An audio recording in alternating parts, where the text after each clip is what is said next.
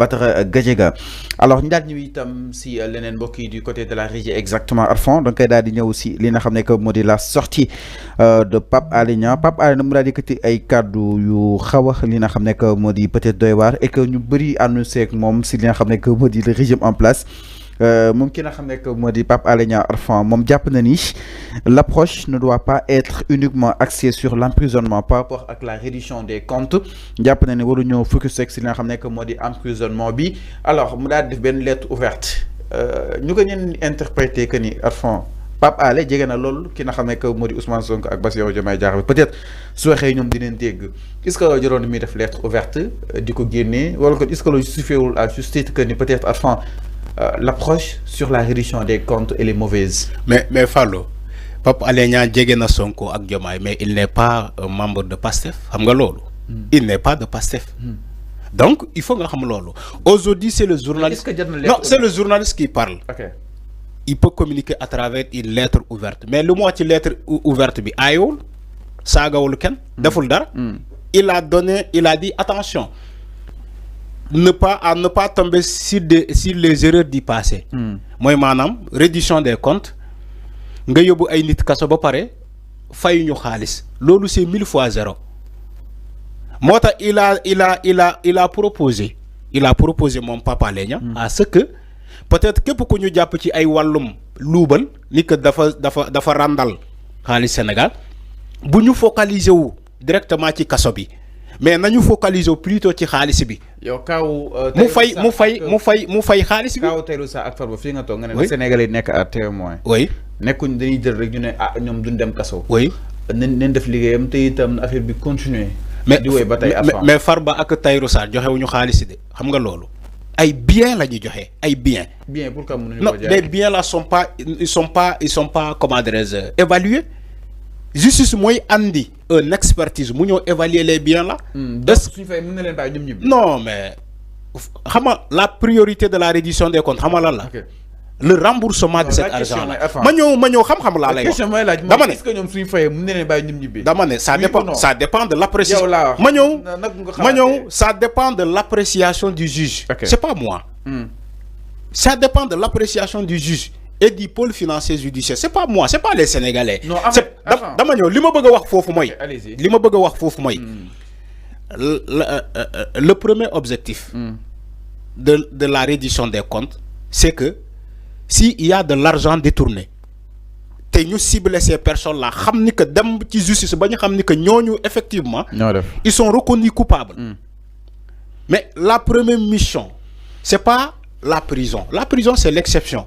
Mais le remboursement de cet argent-là, c'est le premier objectif. Il faut que vous le nañu delloo xaalis bi fay au niveau de la caisse de dépôt et de consignation dem fay xaalis bi mais man foofu lay waxee moo tax là je suis d'accord avec ce que Pape Alé Niang a dit bu fekkee on est dans une réduction des comptes il faut que ñu focaliser surtout ci xaalis bi nañu fay xaalis bi bu fekkee lu ñu leen di toppee ni que ñoom ñoo ko def nañu fay d'abord xaalis boobu parce que nit la mën na ne léegi comme 31 milliards lañ ma toppee bàyyi ma dem purger sama peine après su ma génnee ma noos 31 milliards yooyu am na nit ñoo xamante dañu ne waa léegi comme 31 milliards lañ ma toppee bàyyi ma dugal 29 milliards. wala bàyyi ma dugal 20 milliards yi ngeen bàyyi ma en liberté. 20 milliards yi en attendant li ci des ma liggéeyante ko. Après on sait comment ça se passe au Sénégal surtout en Afrique buñ la mayee liberté provisoire mooy ça y est c'est fini boo dugalee une somme en guise de moratoire après ça y est c'est fini doo compléter somme bu des la somme restante doo ko compléter. Parce que toutefois bu ñu la interpellé da ngay ne amaguma xaalis bi mais maa ngi koy wutu ba léegi may leen ma il faut pas tomber dans ces erreurs là c'est là où j'ai compris les propos de Pape Alé Niang boo toppee nit réduction des comptes il faut focaliser ci le remboursement d'abord de cet argent là. Parce que aujourd'hui au niveau du pôle financier judiciaire nee naa la ñu ngi liggéey bu am solo. approche bi baaxul donc approche bi baaxul. dama ne le pôle financier judiciaire mu ngi liggéey bu am solo. Mais pourtant on le dit pas en haut. am na ay nit yoo xamante ñu ngi fay xaalis parce que bëgguñu dem kaso ñu ngi ñëw fay xaalis voilà moo tax ma ne la ñu ngi liggéey bu am solo. il faut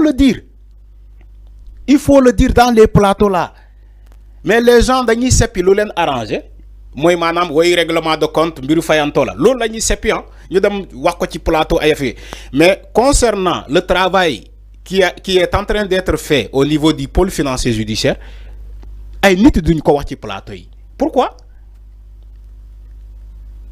duñ ko wax sénégalais pour sénégalais non ñu ngi def liggéey bu am solo.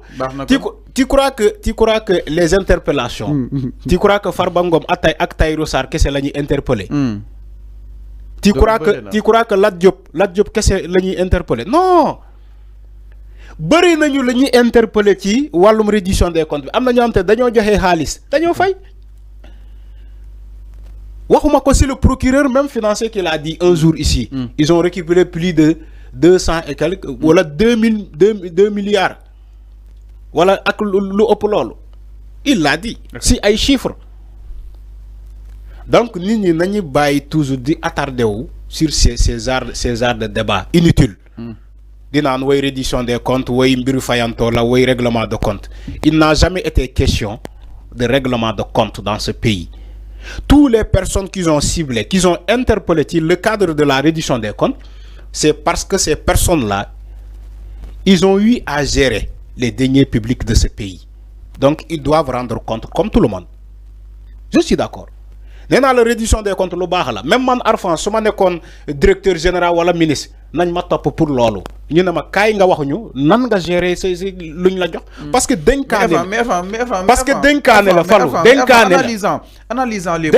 analysant les propos de Pape Alé Niang est-ce que c'est-à-dire l'approche boo xam ni itam ñu koy utiliser sur la réduction des comptes peut-être convaincre que sûrement non il a amené des amendements dafa amener amendement amender quelque chose il n'est pas dit que yow tu n'es pas totalement d'accord. Mais parfois nga gis approche bi mu manqué un chapitre manqué wala benn paragraphe nga andi benn paragraphe boobu compléter ko c'est là où j'ai compris les propos de Pape Alé Niang il a voulu compléter un paragraphe en disant attention il faut pas qu'on répète les erreurs du passé mooy Macky Sall defoon na erreur yooyu ba mu ñëwee il était assoiffé par la CREI di topp ay nit di leen buntu xatal di fayanto politiquement c'était Macky Sall mom la créé mom daf ko utiliser pour mbir politique on sait que nous au Sénégal on savait que la CREI c'était de la politique non politique mo nekkon ci ginaaw ci CREI c'était pas un règlement c'était pas comment dire une reddition des comptes mais c'était de la politique la preuve bu ñu jappé Karim Wade ana xaliss bi l'état du Sénégal a récupéré cet argent là amul fan la ñu mujjee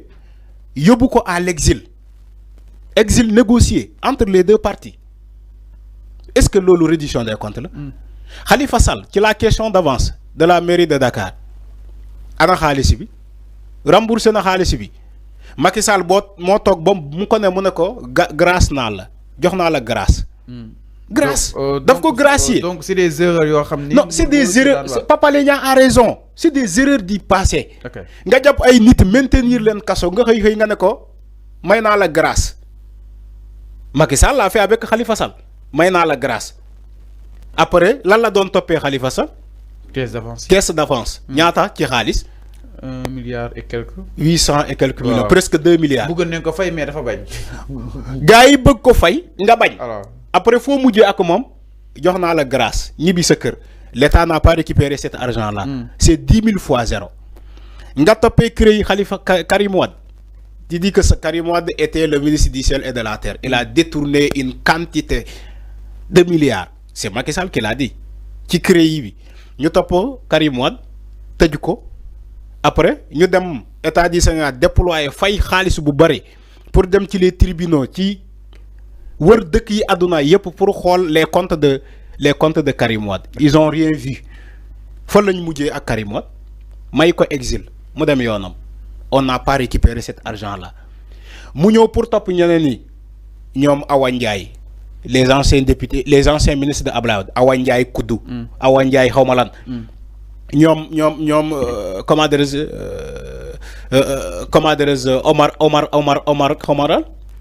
Omar borom Dagana bi. Omar. Tu vois ñom ñëpp Macky Sall war na leen top mu ne leen déedéet vous avez l'embarras du choix soit vous venez à APR wala Benno Bokk Yaakaar soit ngeen dem kaso gars yi yëpp immigré daw ñëw Benno Bokk Yaakaar. alors xam nga loolu bu xewee ci Sénégal fii te ñu dund ko. alors aaju na tey Pape Alé Niang pour mu fàttali ñi fi nekk. alors ne leen attention bu fekkee mbir reddition des comptes. Il faut que nous focaliser plus sur l'argent. Parce que si nous tapons ñooñu ni que dañoo loubal. Donc dañoo wara fay xaliss bobu. La priorité n'est pas d'aller en prison. Alors, mais la priorité c'est de rembourser intégralement cet argent là. Alors mi non par rapport à que li nga xamné que modi la sortie de Pape Alé Niang sur walu Omar Sarr il a